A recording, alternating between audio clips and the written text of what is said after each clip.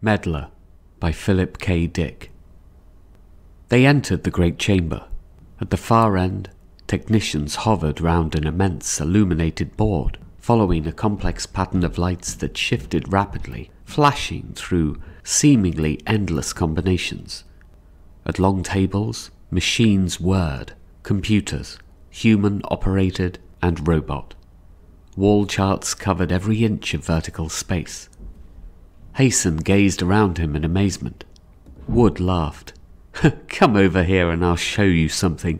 You recognize this, don't you?" He pointed to a hulking machine surrounded by silent men and women in white lab robes. "I recognize it," Hasten said slowly.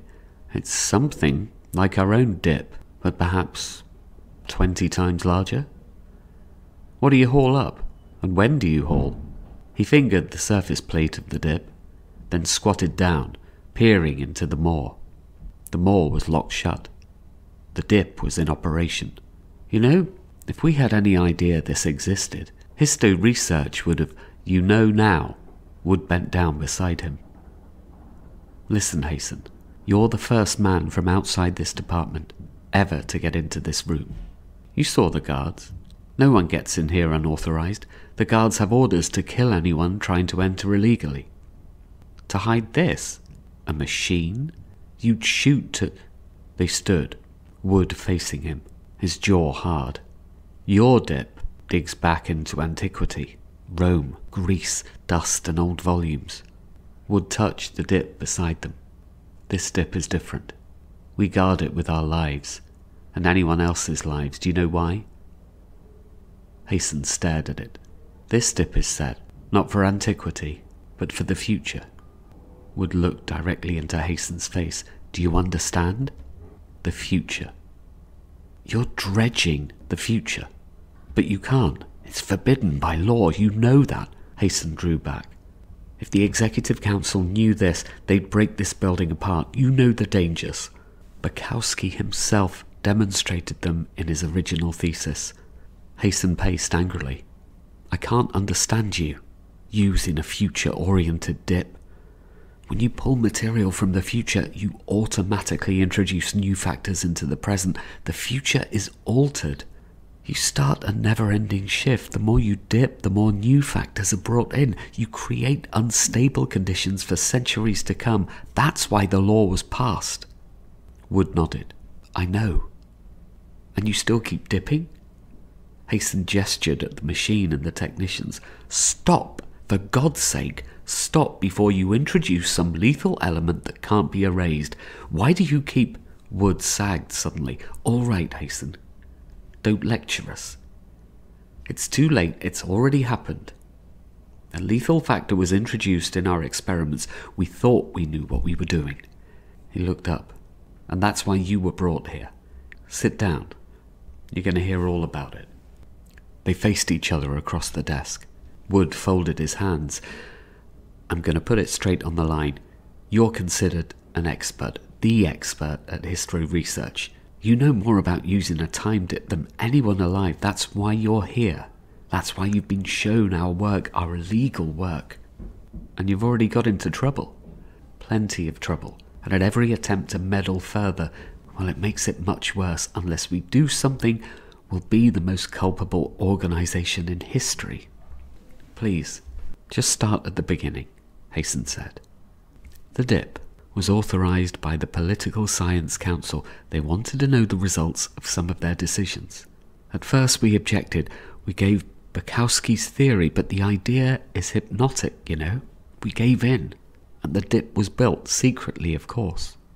We made our first dredge about 1 year hence. To protect ourselves against Bukowski's factor, we tried a subterfuge. We actually brought nothing back. This dip is geared to pick up nothing. No object is scooped, it merely photographs from a high altitude. The film comes back to us, and we make enlargements and try and gestalt the conditions. And results were all right at first. No more wars.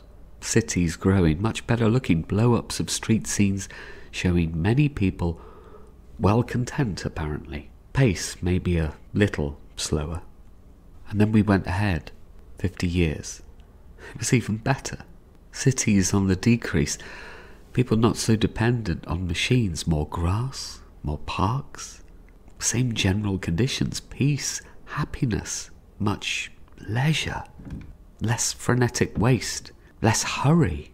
And we went on, skipping ahead. Of course, with such an indirect viewing method, we couldn't be certain of anything, but it all looked fine. We relayed our information to the council, and they went ahead with the planning. And then it happened. What exactly? Hasten said, leaning forward. We decided to revisit a period we had already photographed about 100 years hence. We sent out the dip, got it back with a full reel. The men developed it, and we watched the run. Wood paused. And it wasn't the same. It was different. Everything was changed. War and destruction everywhere. Wood shuddered. We were appalled. We sent the dip back at once to make absolutely certain. And what did you find this time? Wood's fists clenched. Changed again. And for worse, ruins. Vast ruins. People poking around. Ruin and death everywhere. Slag. The end of war. The last phase. I see, Hasten said, nodding. But that's not the worst. We conveyed the news to the council. It ceased all activity and went into a 2-week conference. It cancelled all ordinances and withdrew every plan formed on the basis of our reports. It was a month before the council got in touch with us again. The members wanted us to try once more. Take one more dip into the same period. We said no, but they insisted. It could be no worse, they argued. So we sent the dip out again. It came back, and we ran the film. Hasten, there are things worse than war. You wouldn't believe what we saw. There was no human life. None at all. Not a single human being. Everything was destroyed. No destruction. Cities big and stately, roads, buildings, lakes, fields. But no human life. The city's empty, functioning mechanically, every machine and wire untouched, but no living people. What was it? We sent the dip on ahead at 50-year leaps. Nothing each time. Cities, roads, buildings, but no human life. Everyone dead. Plague, radiation, or what, we don't know, but something killed them. Where did it come from? We don't know. It wasn't there at first, not in the original dips. Somehow we introduced it, the lethal factor. We brought it with our meddling. It wasn't there when we started. It was done by us, Hasten. Wood stared at him, his face a white mask. We brought it, and now we got to find what it is and get rid of it. Well, how are you going to do that? We built a time car, capable of carrying one human observer into the future. We're sending a man there to see what it is. Photographs don't tell us enough. We need to know more. When did it first appear? How? What were the first signs? What is it? Once we know, maybe we can eliminate it. The factor, trace it down and remove it. Someone must go into the future and find out what it was we began. It's the only way. Wood stood up, and Hasten rose too. You're that person, Wood said. You're going. The most competent person available. The time car is outside in an open square, carefully guarded. Wood gave a signal. 2 soldiers came toward the desk. Sir? Come with us, Wood said. We're going outside to the square. Make sure no one follows after us. He turned to Hasten. Ready? Hasten hesitated. Wait a minute. I'll have to go over your work, study what's been done, examine the time car itself. I can't. The 2 soldiers moved closer. Looking to Wood, Wood put his hand on Hasten's shoulder. I'm sorry, he said. We have no time to waste. Come along with me. All around him blackness moved, swirling towards him and then receding. He sat down on the stool before the bank of controls, wiping the perspiration from his face. He was on his way, for better or worse. Briefly, Wood had outlined the operation of the time car. A few moments of instruction, the controls set for him, and then the metal door slammed behind him. Hasten looked around him. It was cold in the sphere. The air was thin and chilly. He watched the moving dials for a while, but presently the cold began to make him feel uncomfortable. He went over to the equipment locker and slid the door back. A jacket, a heavy jacket, and a flash gun. He held the gun for a minute, studying it, and tools. All kinds of tools and equipment. He was just putting the gun away when the dull chugging under him suddenly ceased. For one terrible second, he was floating, drifting aimlessly. Then the feeling was gone. Sunlight flowed through the window, spreading out over the floor. He snapped the artificial lights off and went to the window to see. Wood had set the controls for 100 years hence. Bracing himself, he looked out. A meadow, flowers and grass rolling off into the distance, blue sky and wandering clouds. Some animals grazed a long way off, standing together in the shade of a tree. He went to the door and unlocked it. Stepping out, warm sunlight struck him, and he felt better at once.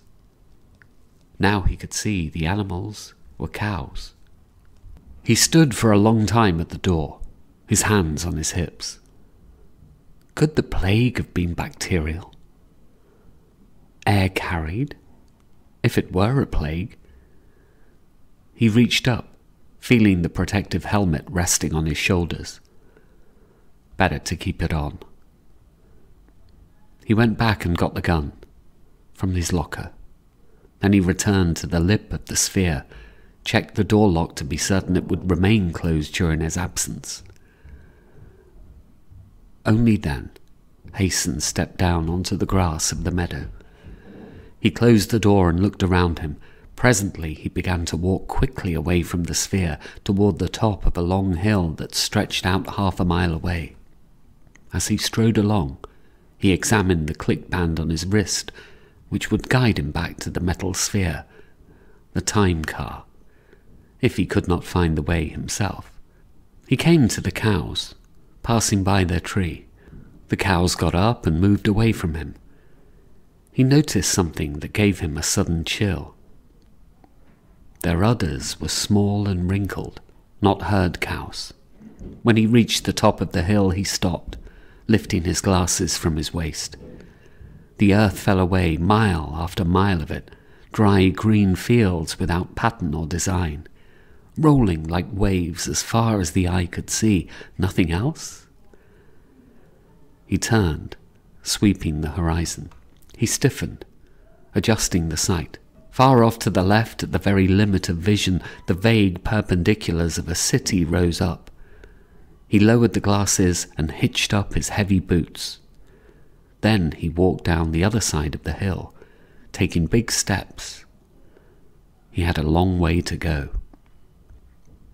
Hasten had not walked more than 1/2 an hour when he saw butterflies. They rose up suddenly a few yards in front of him, dancing and fluttering in the sunlight. He stopped to rest, watching them. They were all colours, red and blue with splashes of yellow and green. They were the largest butterflies he had ever seen. Perhaps he had come from some zoo, escaped and bred wild after man left the scene. The butterflies rose higher and higher in the air. They took no notice of him, but struck out towards the distant spires of the city. In a moment they were gone. Hasten started up again. It was hard to imagine the death of man in such circumstances. Butterflies and grass and cows in the shade. What a quiet and lovely world was left without the human race. Suddenly one last butterfly fluttered up, almost in his face, rising quickly from the grass. He put his arm up automatically, batting at it. The butterfly dashed against his hand. He began to laugh. Pain made him sick. He fell half to his knees, gasping and retching. He rolled over on his face, hunching himself up, burying his face in the ground. His arm ached, and pain knotted him up. His head swam, and he closed his eyes. When Hasten turned over at last, the butterfly had gone. It had not lingered. He lay for a time in the grass. Then he sat up slowly, getting shakily to his feet. He stripped off his shirt and examined his hand. The flesh was black, hard and already swelling. He glanced down at it and then at the distant city. The butterflies had gone there. He made his way back to the time car. Hasten reached the sphere a little after the sun had begun to drop in the evening darkness. The door slid back to his touch and he stepped inside. He dressed his hand and arm with salve from the medicine kit and then sat down on the stool, deep in thought, staring at his arm. A small sting, accidental in fact. The butterfly had not even noticed. Suppose the whole pack? He waited until the sun had completely set and it was pitch black outside the sphere. At night, all the bees and butterflies disappeared, or at least those he knew did. Well, he would have to take a chance. His arm still ached dully, throbbing without respite. The salve had done no good. He felt dizzy, and there was a fever taste in his mouth. Before he went out, he opened the locker and brought all the things out. He examined the flash gun, but put it aside. A moment later, he found what he wanted, a blowtorch and a flashlight. He put all the other things back and stood up. Now he was ready, if that were the word for it, as ready as he would ever be. He stepped out into the darkness, flashing the light ahead of him.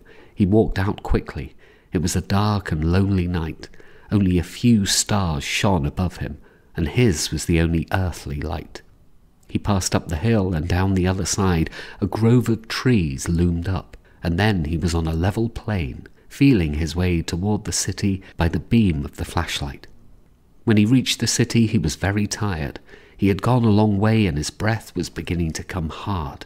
Huge, ghostly outlines rose up ahead of him, disappearing above, vanishing into darkness. It was not a large city, apparently, but its design was strange to Hasten, more vertical and slim than he was used to. The buildings began to thin out.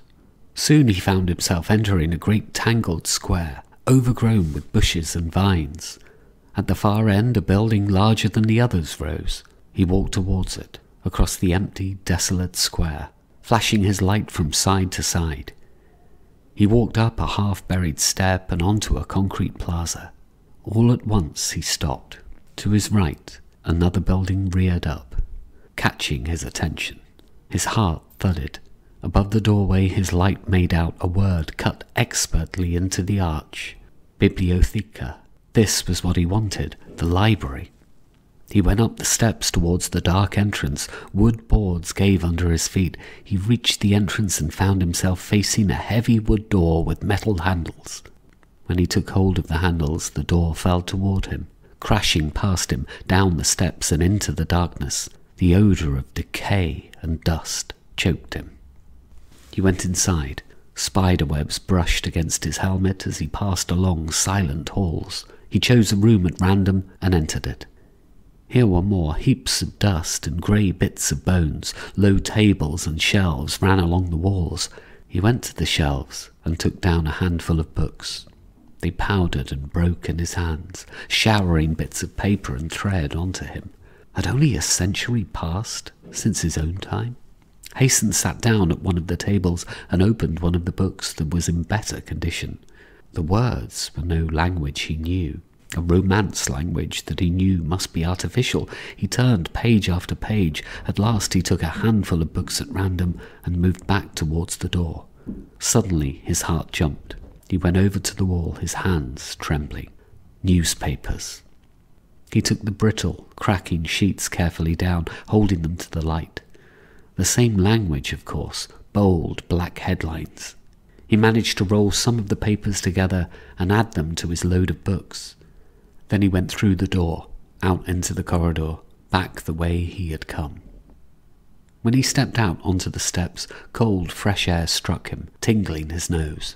He looked around at the dim outlines rising up on all sides of the square. Then he walked down and across the square, feeling his way carefully along.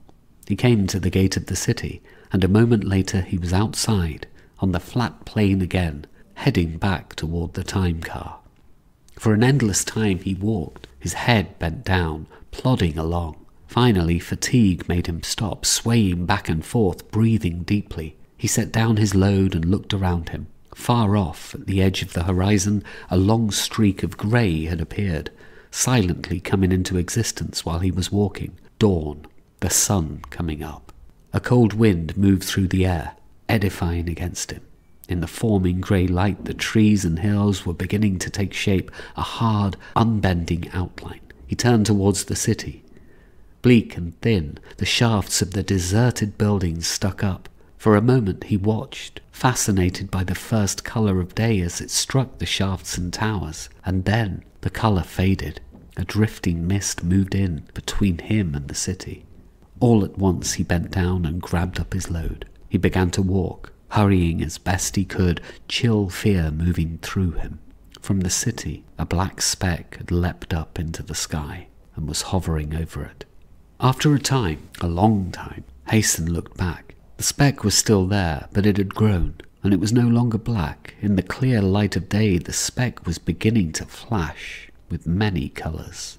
He increased his pace. He went down the side of a hill and up another. For a second he paused to snap on his clickband. It spoke loudly. He was not far from the sphere. He waved his arm and the clicks rose and fell. To the right, wiping the perspiration from his hands, he went on. A few minutes later he looked down from the top of a ridge and saw a gleaming metal sphere resting silently on the grass, dripping with cold dew from the night. The time car, sliding and running, he leaped down the hill towards it. He was just pushing the door open with his shoulder when the first cloud of butterflies appeared at the top of the hill, moving quietly towards him. He locked the door and set his arm load down, flexing his muscles. His hand ached, burning now with an intense pain. He had no time for that. He looked to the window and peered out. The butterflies were swarming round the sphere, darting and dancing above him, flashing with colour. They began to settle down onto the metal, even onto the window. Abruptly his gaze was cut off by gleaming bodies, soft and pulpy, their beating wings mashed together. He listened. He could hear them, a muffled, echoing sound that came from all sides of him. The interior of the sphere dimmed into darkness as the butterfly sealed off the window. He lit the artificial lights. Time passed. He examined the newspapers, uncertain of what to do. Go back or ahead? Better jump ahead, 50 years or so. The butterflies were dangerous, but perhaps not the real thing, the lethal factor that he was looking for. He looked at his hand. The skin was black and hard. A dead area that was increasing. A faint shadow of worry went through him. It was getting worse, not better. The scratching sound on all sides of him began to annoy him, filling him with an uneasy restlessness. He put down the books and paced back and forth. How could insects, even immense insects such as these, destroy the human race? Surely human beings could combat them? Dusts, poison, sprays? A bit of metal, a little particle, drifted down onto his sleeve. He brushed it off. A second particle fell, and then some tiny fragments. He leaped, his head jerking up. A circle was forming above his head. Another circle appeared to the right of it, and then a third. All around him, circles were forming in the walls and the roof of the sphere. He ran to the control board and closed the safety switch. The board hummed into life. He began to set the indicator panel, working rapidly, frantically. Now pieces of metal were dropping down, a rain of metal fragments onto the floor. Corrosive, some kind of substance exuded from them. Acid? Natural secretion of some sort. A large piece of metal fell. He turned. Into the sphere, the butterflies came, fluttering and dancing towards him.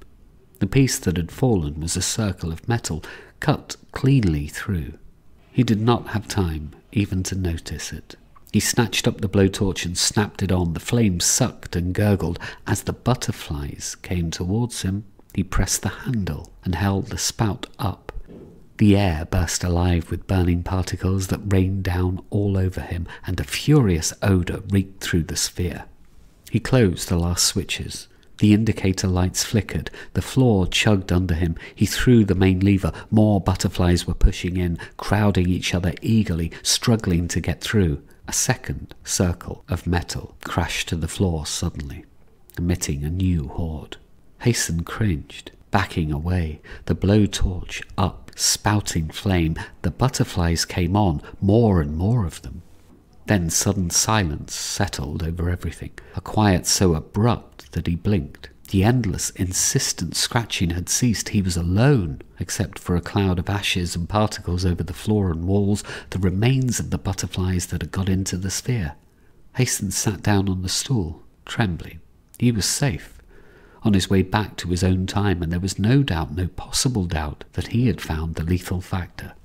It was there, in the heaps of ashes on the floor, in the circles neatly cut in the hull of the car.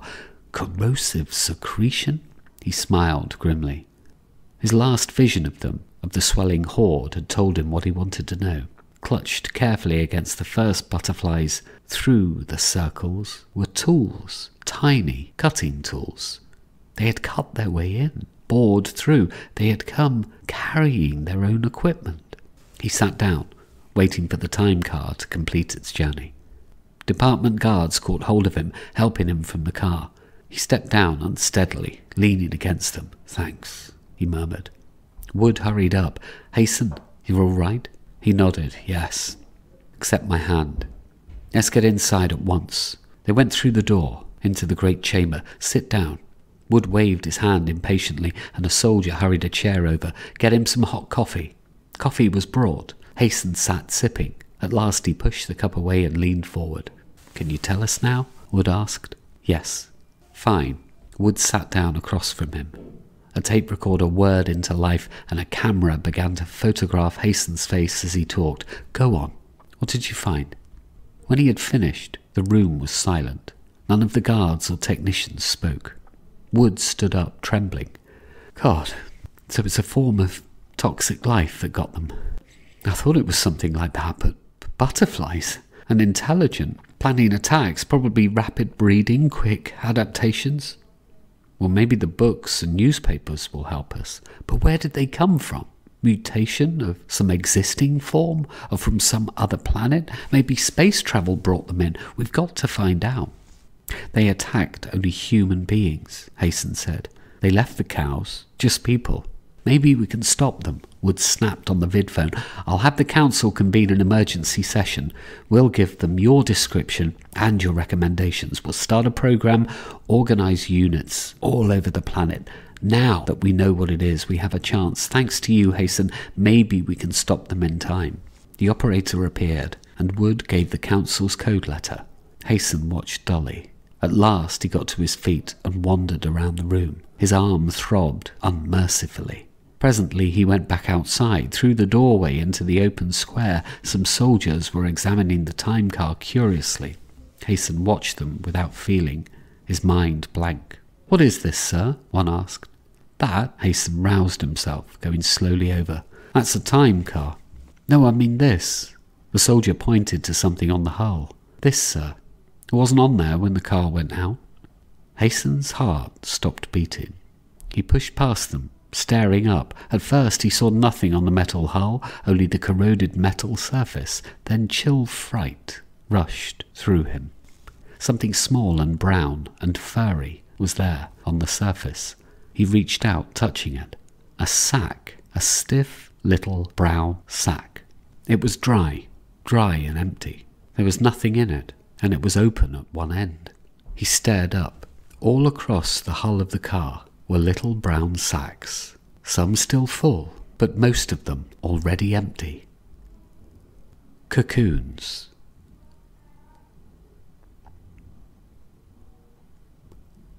The end.